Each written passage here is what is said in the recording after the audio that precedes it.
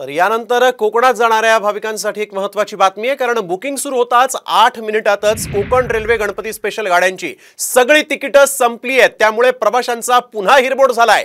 Ticket विक्रीत काळा बाजार झाल्याची ही चर्चा आहे। गणपती स्पेशल गाड्यांची 8 मिनिटातच तिकिटांची विक्री झाली आणि त्यामुळे जे सर्वसामान्य होते त्यांचा मोठा हिरमोड झालाय। या तिकीट विक्रीत काळा बाजार झाल्याची ही आता चर्चा होऊ लागली आहे।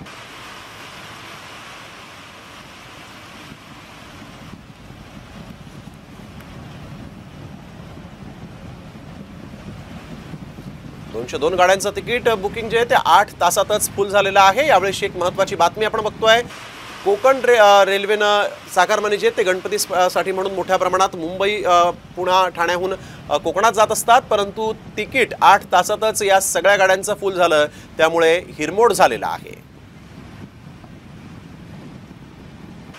202 विशेष गाड्या सोडण्याचं यावेळेस नियोजन होतं आणि नेहमीप्रमाणे खरं म्हणजे या विषयावर बोलायला लाज वाटते, कारण रेल्वेचं जे कंट्रोलिंग आहे, जे रेल्वे मंत्री आहेत, रेल्वे प्रशासन आहे, याच्यामध्येच मी तर सांगतो का यात काळ्या बाजारात चोरांना मिळालेली आहे।